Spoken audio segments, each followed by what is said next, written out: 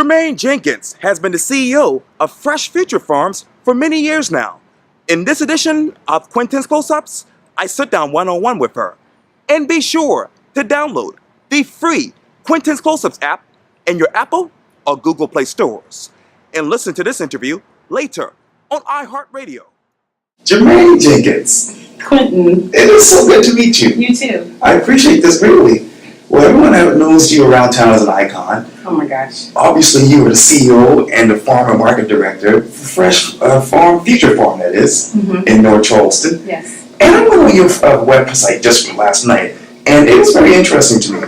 It reads this: Germaine's life experiences in Charleston as a public housing resident and a food stamp recipient, a Low Country Food Bank employee, a North Charleston homeowner, a garden volunteer, a single mom, a former board chair for an area CDC, and a budding entrepreneur give her several competitive insights and advantages which will ensure the success of Fresh Future Farm.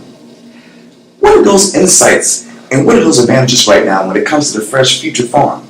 Well, the advantages I think is being able to relate to our customers, because I was in a situation where I needed food, and how difficult it was when your car wasn't working to access. So, having that experience, I think gives us an advantage to be able to serve our community. And because we're charging folks for food, we get feedback.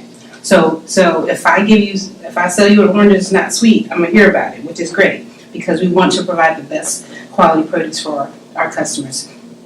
Just the other work experience of having answered phone calls a lot from the neighborhood where the farm is in Chicora-Cherokee. It was very good for us to be able to locate right there in the middle of a residential neighborhood. You talk about Chicora-Cherokee. What is the future of that particular neighborhood in your mind? I see it, that's a very good question. I see glimpses of what's happening in downtown Charleston, crawling right up in that area. And part of what we do, I think that's so important, is that we hire residents to do the work. So I take folks, some of whom were former shoppers, and train them to be able to manage our store. So that if and when, the prices of their housing goes up, and it's already happening, the hope is that they can afford to stay there. And once we get our plan on lock so tight that those residents can manage that store, my hope is that those residents in Chicora-Cherokee can train residents from other neighborhoods to manage stores of their own. And you talk about the store, just today I was trying to look around for some healthy foods inside a typical corner store, and I basically can't find it. Yeah, we have over 30 different kinds of produce in our store on a regular basis, and 300 items overall. So you can get everything from fresh bananas. The bananas that we grow will be on sale in a couple of weeks, and all the way to organic carrots, organic ramen, plus Oreo cookies. Whatever our customers want, we want to provide. And you talk about provide. When you think of the farm, I want to go back to that, because it says this: Fresh Future Farm uses ancestral conservation and farming practices, aka permaculture, to grow and sell healthy produce and make them available, along with basic grocery items at affordable houses in the heart of a residential low-wealth community. Talk to me about the farm. Okay.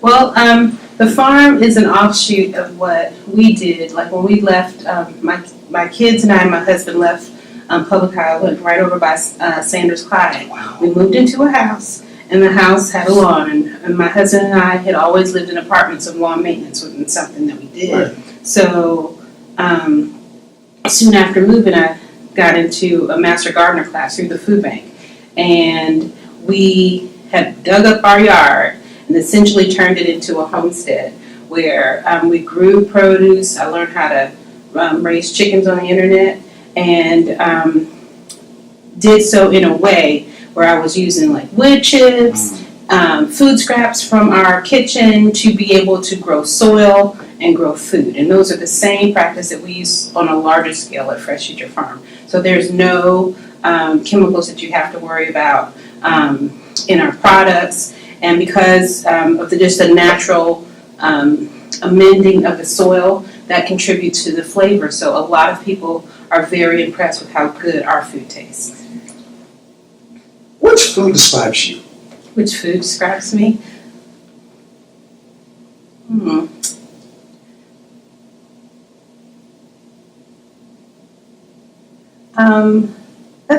That's the hardest question because there's so many foods. I will tell you, maybe it's the banana because it's the largest herb on the planet, but it's resilient. You can plant one banana and more bananas will grow. It absorbs a lot of nutrients to produce fruit, and I think having been a single mom and trying to figuring out how to get my kids to school when I'm here in Charleston by myself, I've become as resilient as a banana tree that it die back to the ground and come back the next year. So I guess I'll say banana. Wow. You talk about your time as a single mom and raising the kids, and now here you are, you're an entrepreneur, and you're giving back to the community in tremendous ways. How did we get here? How did you get here? Well, it was a personal experience. Honestly, Quintin, I moved to Charleston to go to Johnson & Wales, and I thought I could work. I've worked a well-to-do, a job that made a good income for me before I moved here from Florence. And within a month of going to school, because the school day was between 1:30 and 7:30 in the afternoon, we had a need for food. So that just had me hyper-focused on how do folks with limited resources access quality food, the stuff I was used to giving my kids. So I was determined to learn how to grow food.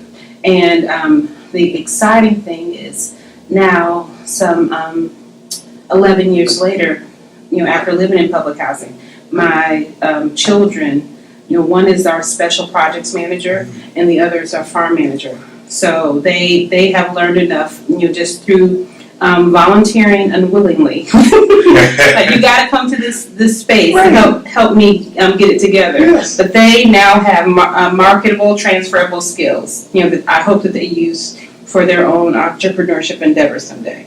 But that's what we're all about. Just taking a problem and using it to create a solution.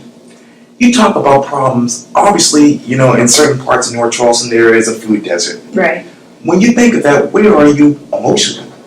With food desert issue, well,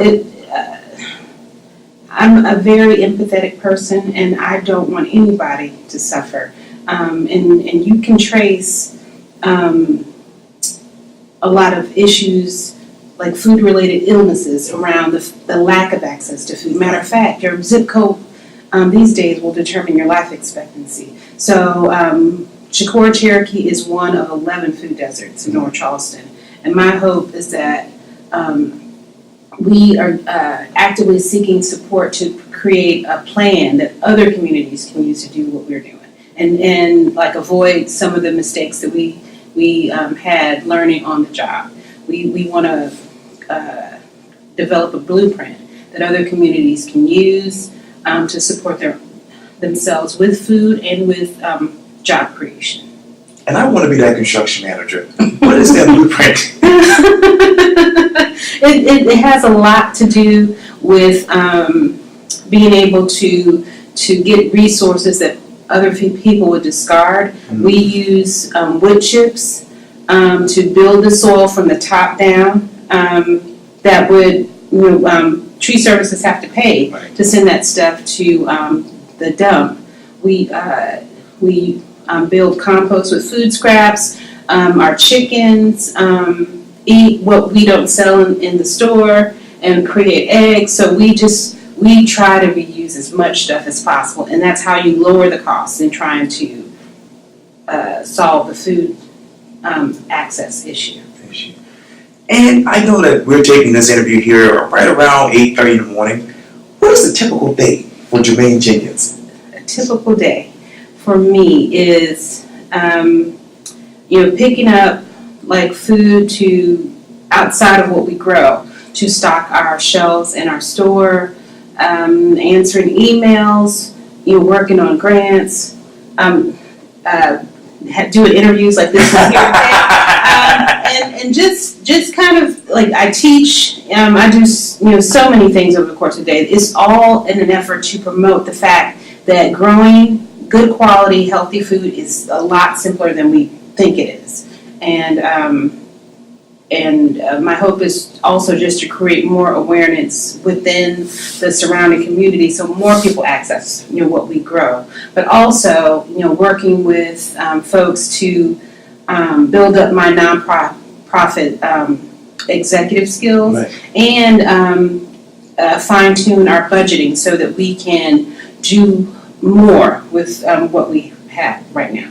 And what does that budget look like right now? It's right now. It's like it costs us about $231,000 to do what we do annually. And what's great about us as a nonprofit, I think, that is training those employees is our biggest expense and our biggest service, because training people to be able to run a store in a place where people haven't been given an opportunity to lead is important for us to be able to have more people do this work in other communities. So it takes a lot of work to train folks, but I have taken the time to kind of look and listen and talk to the people that volunteer with us, the people that shop with us, and I see skills in folks that we want to help develop. And what are you looking at and listening to right now when you think of food shopping and the food desert in the community? What am I thinking about? Primarily how, in North Charleston, Winn-Dixie closed in 2005. Right. And nonprofits in the city have worked diligently to try to bring a traditional grocery store. But what people don't realize is that grocery stores make their money off of the stuff you can't buy with SNAP benefits. So, there's not going to be a time that a traditional grocery store locates in a low-wealth community until that community gentrifies. So there has to be a solution in between. And here we are in North Charleston where there's one grocery store. But if you just drive like 10 minutes away to Mount Pleasant, there's like 16, 18 grocery stores in that community. So it's a balancing act of trying to train folks to start other operations fast enough so that people don't have to leave their communities. You talked earlier about teaching. I want to take you to November 14th. Mm-hmm. You're going to have this particular program. Yes. Intro to Home Gardening. Yes, tomorrow. Yes, that's right. Mm-hmm. If I were to come there, what should I learn about home gardening? You'll learn what some of my students have termed as aggressive passive gardening, where you do a lot of work in the beginning to create a system that takes care of itself. We have banana trees, that, like I said, that we're going to sell some fruit in the store, but we planted them last May as part of a class and did not pay them any attention, and now we have fruit. So we want more people to garden like a forest, and in a home gardening class, you'll learn how to do that. Yeah, and also, obviously, this past Saturday, it was cold and cloudy, but you had a garden work day. Mm-hmm. What was it like for you to be in the garden on that day? Well, we actually rescheduled that class. Oh, sorry. Well, we rescheduled that class because we're doing some. We have a Day of Caring project coming up on this Friday, and we had a lot of work kind of cleaning the store out because we're getting new shelving in the store. But a traditional garden work day, rain or shine, cold or hot, is managing the space near the farm, where people who don't have monies can still get access to chemical-free produce. Yeah, and that's over on North Carolina Avenue between Calvert and Orford Street. Right. And then there's a playground there. Oh, good for the kids. Yeah. Yes. What does Fresh Future Farm means to you? What does it mean to me? Well, bringing access to fresh quality produce that's not available normally in low wealth communities in the future is, the future represents us going back to the ways that our ancestors grew before, World War II, when, like bomb making materials were then repurposed as fertilizer. So using what we have to create like fresh, high quality produce, trained employees in a farm that is in walking distance from where you live. And if I were to interview you for Quintin's Close-Ups a year from now, you would tell me what about Fresh Future Farm? And a year from now, what I'll tell you is that we are, in the stages of being able to replicate, and we're identifying other neighborhoods that can have this program. Our employees are fully trained to be able to train those folks. I'm doing more teaching and consulting work to help people help us. And one of the other opportunities that's built out of the way that our farm is designed is that we'll be hosting events. There'll be a kitchen there. So you can not only buy our produce fresh, but we'll be able to chop and freeze it. So you can get those collard greens cooked in like 30 minutes. It's the freshest you can get because our store brand is grown 100 feet away from the door where we sell it. You talk about collard greens. Thanksgiving's coming up next week. Yes, it is. What's on your menu? My menu is always mixed greens. I gotta get those turnip roots in there. I'm a turkey fan. And then, because I was born in the Hartsville area but raised in Ohio. Charlestonians introduced me to crab dressing. So I have been waiting all year to make myself a batch of crab dressing with some giblet gravy. Yes. Yes. And some kind of pie of some sort. Oh. Yeah. Yes. Can't wait. Well, the Honorable Germaine Jenkins, thank you so much for your time. I really, really appreciate this. Thank you so much for having me. Anytime. Yes, ma'am. Thank you.